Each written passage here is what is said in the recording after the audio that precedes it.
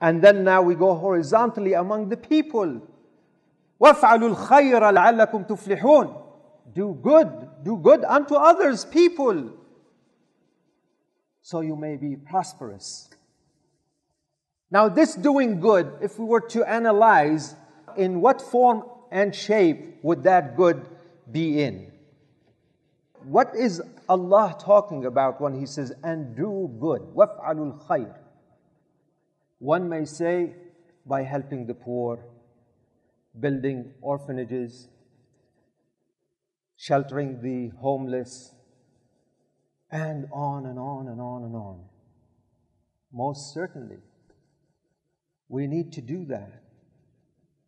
And that job really is not exclusive only to the Muslims. You'll find even non-Muslims in some cases do better job than Muslims, some Muslims, all across the globe, in taking care of the needs of the people. This good action is common to all humanity. There has to be something for you that no other can do in terms of doing good, because the address is to you, O you who believe, Ya ayyuhalladhina amanu. What might that be? And God bless the soul of Dr. Israr, who explained to us what that might be. He says, what you can do, in which none can do, is to take the message of the Qur'an to the people, to those who don't believe in Him, and expose them to the truth, lest they may be saved in the hereafter from the hellfire.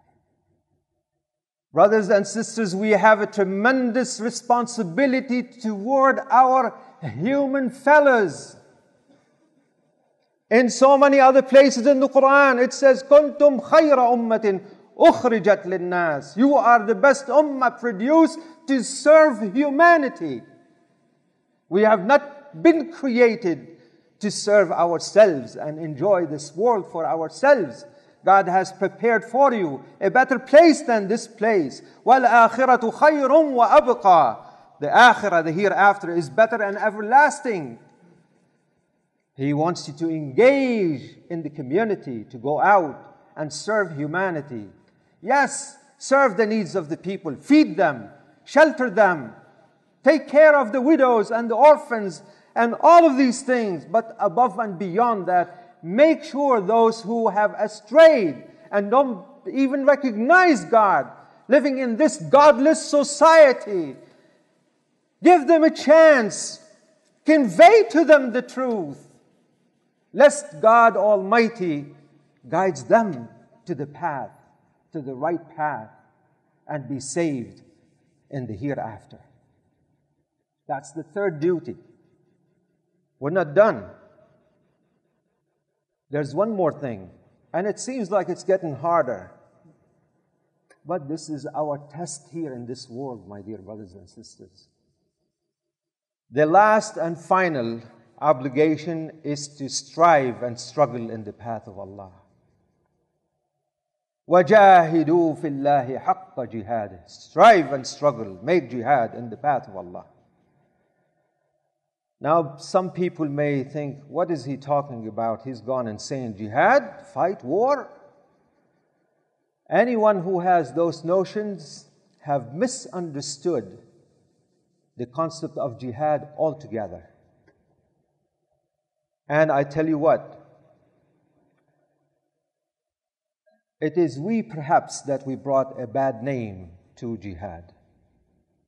Every time we go to war, we call it jihad. It may, as a matter of fact, when it comes to fighting, God reserved a special term for that. He doesn't call it jihad. He calls it fighting, qital. Qital, fighting. And guess what? The Prophet, yes, had to fight against the polytheists, the pagans, who expelled them from their homes, took their wealth and properties and everything. But what was he doing before? Particularly in the period of Mecca for 13 years, when the order of the day was kuffu aydiyakum, keep your hands folded, do not retaliate, not even in self-defense, non-violence. And the jihad, the type of jihad he was doing is explained in the Qur'an, just so you understand. In Surah Al-Furqan, chapter 25, Allah makes it very clear to him directly. فَلَا تُطِعِ الْكَافِرِينَ. Don't you ever obey those rejectors of faith, the unbelievers who want to influence you, bribe you. This is the establishment. Don't. Why? Because what you're conveying to the people, what you're teaching the people, is a threat to their vested interest. He says, don't listen to them. You're a human being. You can be influenced by their sweet talk. Turn away from them. Don't obey them.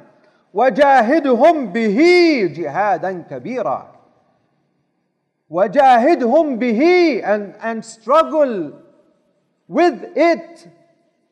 The pronoun in the bihi is the Qur'an. Use the Qur'an as your means to struggle against them.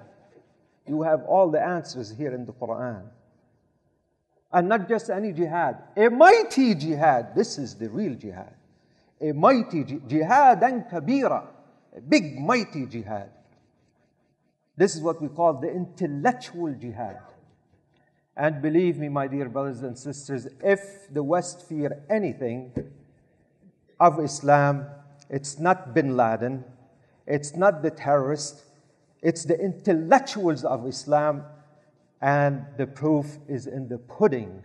Tariq Ramadan was banned to come and preach and give lectures here in America because he was, according to Time magazine, among the top 100 intellectuals of the world. That's their fear. To reach that level, it must begin with the internal struggle. And this is what the Prophet taught us regarding jihad. When he was asked, Ayyul jihadi afdalu ya Rasulallah, which jihad is most supreme, O Messenger of God? What was his response? He didn't say go to war. He didn't say that. His response was, بِأَن تُجَاهِدَ نَفْسَكَ فِي طَاعَةِ اللَّهِ. To struggle against yourself to obey God. You think it's easy to obey God. No, it is not. Because you have internal forces. You have those passions and desires, the human desires, that would compel you to commit evil. You need to struggle against that. It takes a form of jihad, internal struggle, to transform yourself, to purify yourself internally, to become a true, humble, loving slave of Allah. That's the biggest jihad. That is the biggest jihad. This is the supreme jihad. So we need to understand this is what is required of us. And this is the message Dr. Israr was trying to drive home to each one of us. And here I am on his behalf. Allahumma inni ballaght. Oh Allah, bear witness that I have conveyed on his behalf. So we have a choice. We either truly become the true humble servants of God and accept Him totally, or just go on with your daily business and have fun with your life and pray and at the expense of the other duties. And in the hereafter, Allah is going to judge. Allah is quite merciful, but why take a chance? This is what I say. Why take a chance? May Allah subhanahu wa ta'ala bless you and bless us all. أقول قولي هذا وأستغفر الله لي ولكم ولسائر المسلمين والمسلمات. I said what I had to say. I seek forgiveness from my Lord for myself and for you.